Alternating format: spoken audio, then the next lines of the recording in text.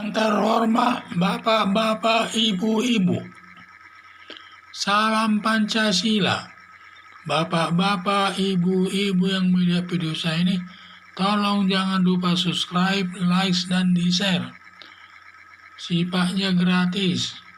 Pada hari Jumat tanggal 25 Juni tahun 2021 ini, saya akan mengomentari pro kontra Presiden 3 periode.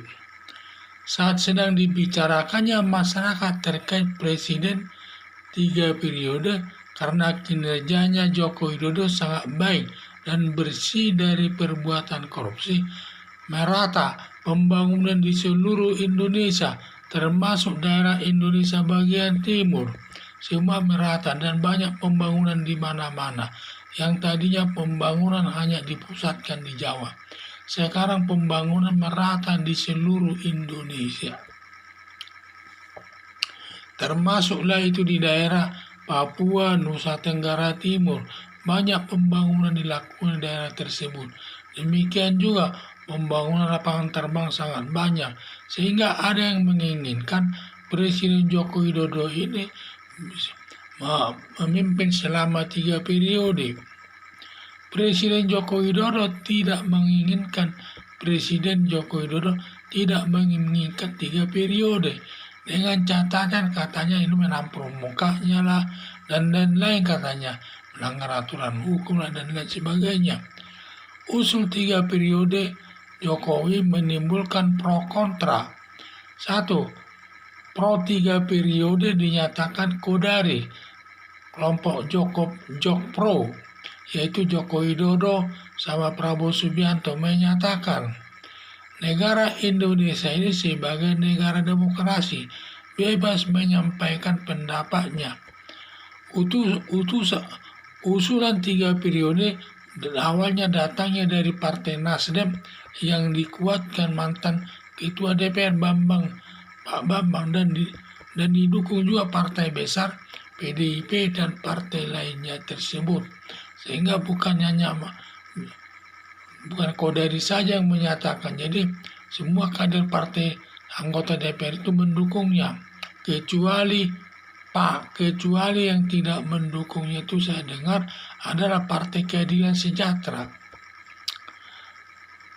Kontra 3 periode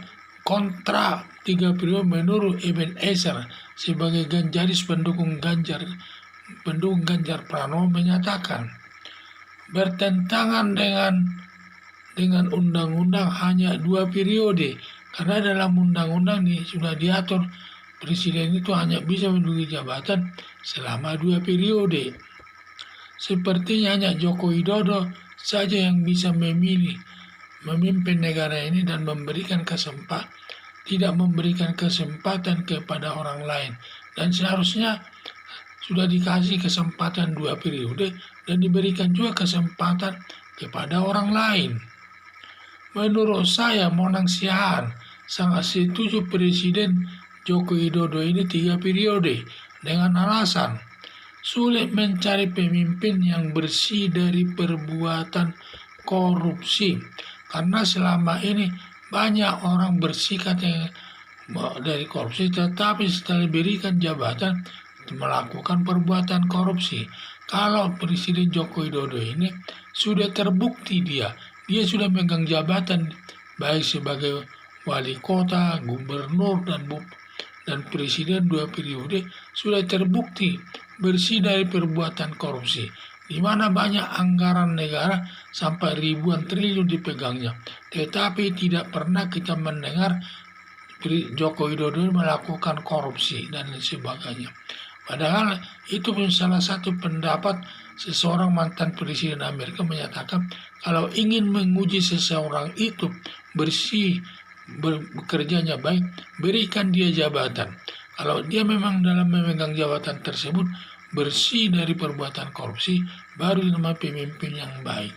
Jadi yang saya lihat, untuk membangun dan juga Presiden Jokowi ini dibutuhkan untuk kesinambungan pembangunan yang sudah berjalan sekarang dan nanti, dan kesinambungan ini sangat dibutuhkan. Nanti kalau sampai diganti orang lain, bisa saja nanti korupsi lah, pembangunan tidak diurusi, dan lain sebagainya. Malah merusak pembangunan yang sudah ada. Bukan memperbaiki pembangunan yang ada, tetapi merusak pembangunan yang sudah ada yang dibangun oleh Presiden Joko Widodo sebelumnya. Jadi makanya perlu Presiden Joko Widodo ini menjadi presiden lagi untuk kesinambungan pembangunan. Dan juga Presiden Joko Widodo ini berhasil menumpas garis keras, tetapi belum bersih benar. Diharapkan periode ketiga dapat membersihkan garis keras dan khilafah yang benar-benar bersih demi tegaknya Pancasila sebagai dasar negara Indonesia. Dikhawatirkan nanti kalau dia bukan presiden, tumbuh lagi, nanti berkembang lagi masalah garis keras ini. Dan juga khilafah tersebut yang mengancam daripada Pancasila sebagai dasar negara yang bisa menimbulkan perpecahan di tengah-tengah masyarakat. Itulah. Jadi yang paling sulit ini menghilangkan masalah garis keras ini. Karena sudah ada 20% lebih pegawai negeri sipil ini atau aparat sipil negara ini sudah terpapar garis keras. Dan juga seperti di KPK ada dugaan sudah ada di sana Taliban, itu garis keras. Jadi sangat dibutuhkan Presiden Joko Widodo memimpin lagi untuk menindak garis keras, benar-benar sampai bersih, sampai benar-benar Pancasila itu sebagai palsama negara Indonesia dapat terwujud dengan baik. Jadi inilah harapan saya. Ini harapan saya agar DPR dan seluruh lapisan masyarakat Indonesia agar presiden 3 periode demi kesinambungan pembangunan di seluruh masyarakat Indonesia, seluruh daerah Indonesia. Sekian dan terima kasih.